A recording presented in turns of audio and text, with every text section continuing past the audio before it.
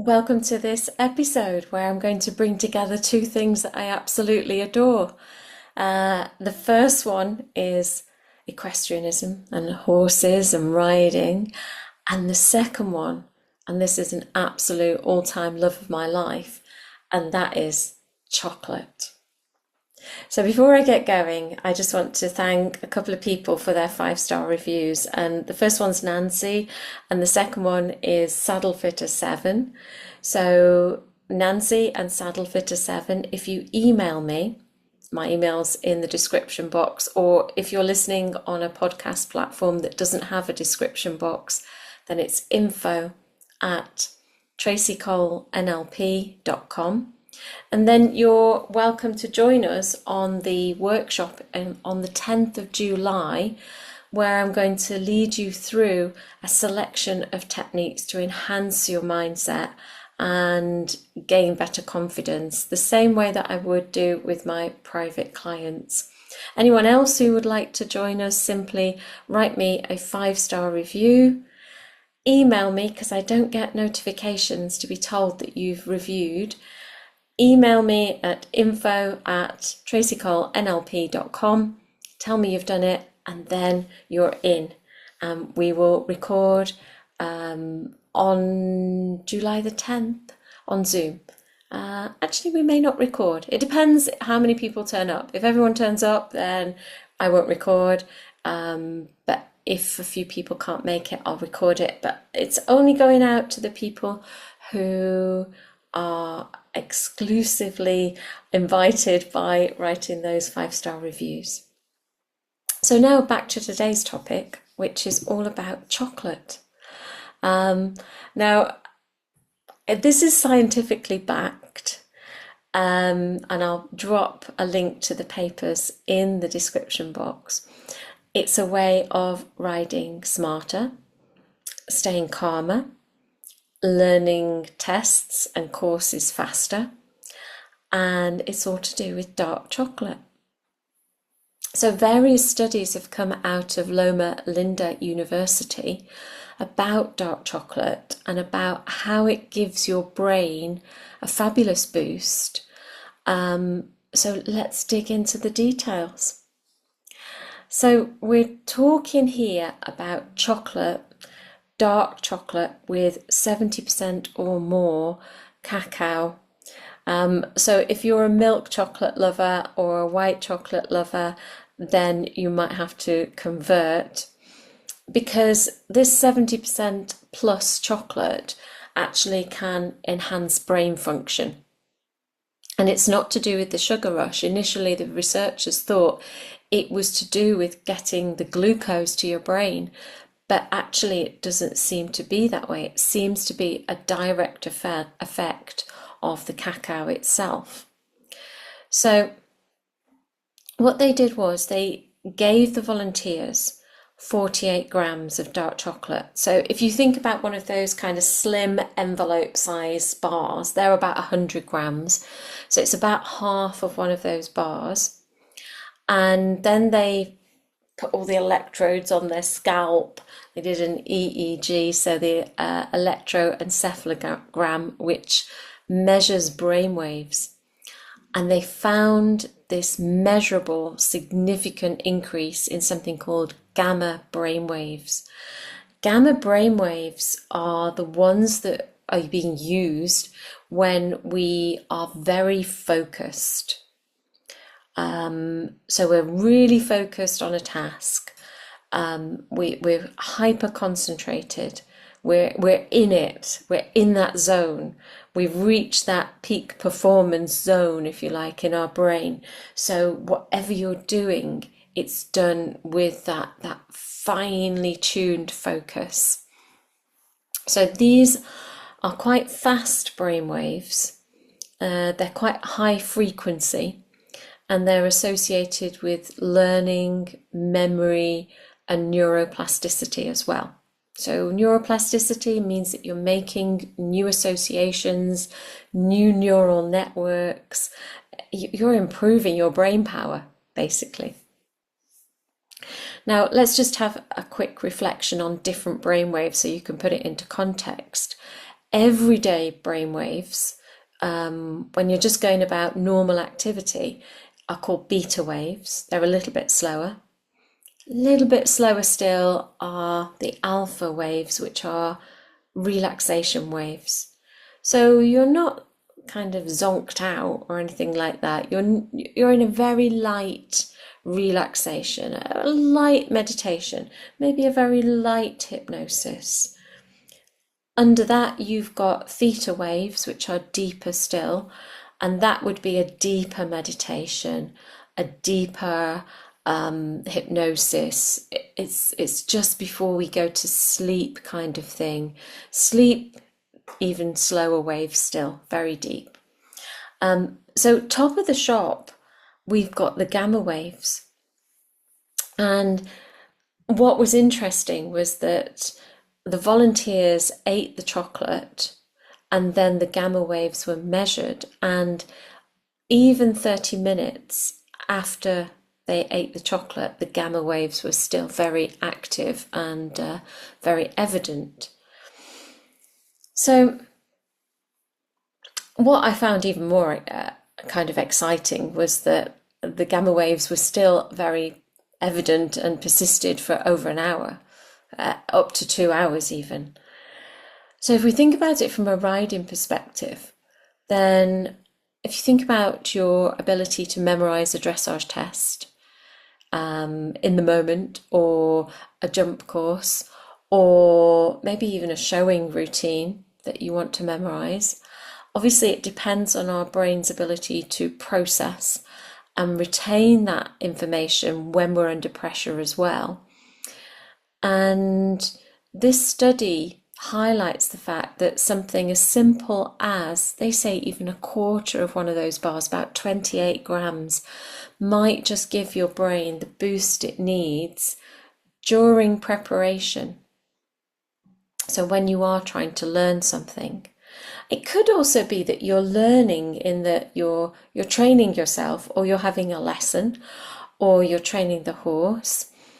But interestingly, these pieces of chocolate are also very useful when you're reviewing a session as well. So let's get into it in an even more equestrian style. So they found in a separate study, the same researchers found in a separate study, that habitual chocolate consumption, which I love. So you don't need to do this thing once. You can keep going with that chocolate consumption. But in a study of about 900 adults, which is significant, I'm liking this study even more.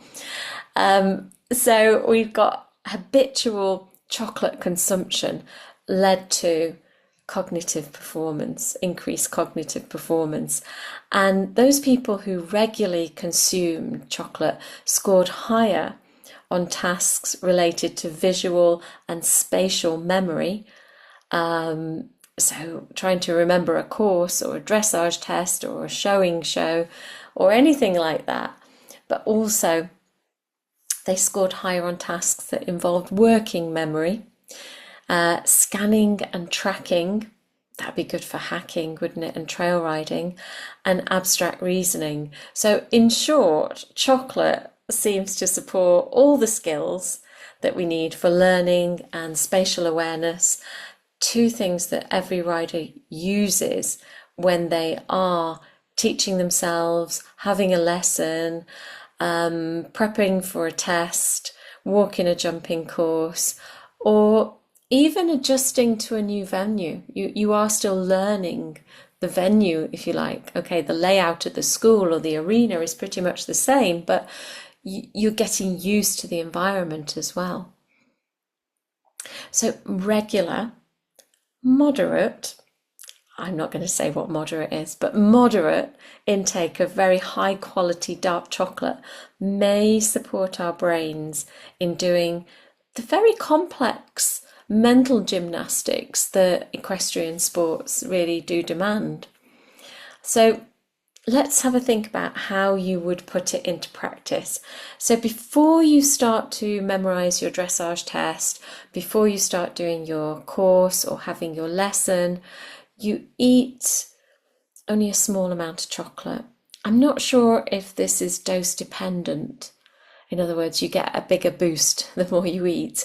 But the researchers, let's stick with the science, they could get down to, 10 to 20 grams. That's a couple of pieces, isn't it? I think I'd go for a bit more, but it's up to you.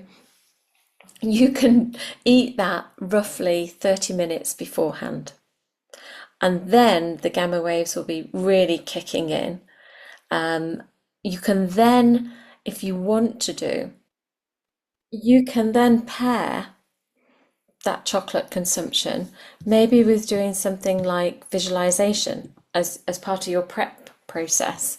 Now, obviously, you could have more chocolate on a separate occasion and do your visualization then.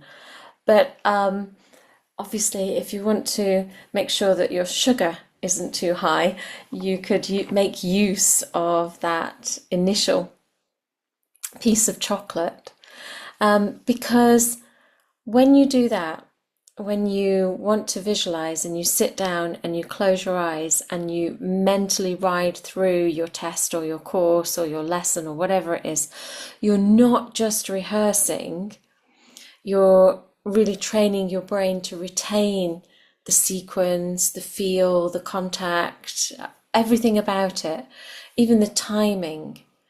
And the chocolate, because of neuroplasticity, is able to do that and help you to encode it better.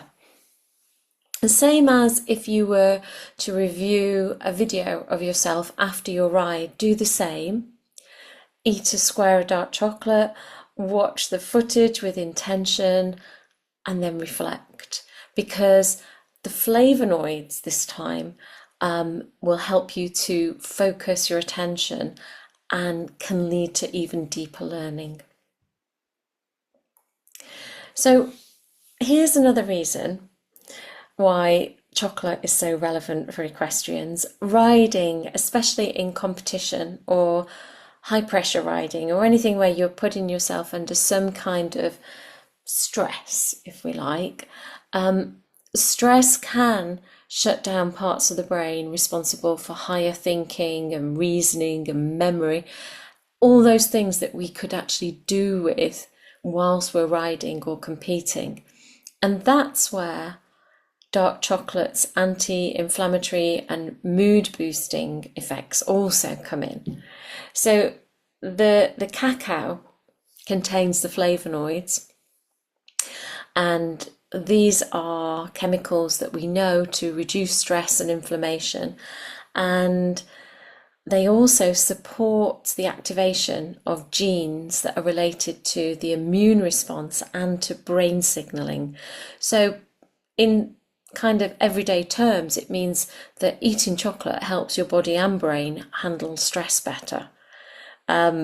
Something that I'm sure most riders can appreciate, and I'm just loving this. The more I read about this, the better it gets. So it might be that before you warm up, that's also a reason to have a square of dark chocolate. Not only to lift your mood, not only for memory, not only for learning, but in some ways it increases that equilibrium, that stabilization in your brain. So here's a routine that you can try. 30 minutes before your practice session or your test or your show jumping round or whatever you're doing, you eat a square or two of the 70% or higher dark chocolate. You take then 5 or 10 minutes to mentally visualize your ride, whatever it might be. Then you go and do the ride with all your gamma waves fluttering nicely. And then after your ride and after your cool down, you reflect. You might need another piece of chocolate to boost that reflection. I'm not sure if that's a professional opinion or not, but you help then to consolidate the memory of what you've learned and what to work on. What I love about all of this, as for any mindset procedure, is that consistency is key. So you've got to keep eating the chocolate. Hopefully, if chocolate isn't your thing, you get so used to doing this, putting yourself in a particular style of brainwave before you ride, that that becomes a habit and you won't actually need the chocolate, truth be told. But the chocolate could be still an excellent trigger. So whatever you're doing, however you're riding, then have a little think about using strategic chocolate consumption. Let me know how you get on. I'm definitely going to try this. I love the consistency idea. Definite one for me. Until next time, take care, and I'll see you again really soon.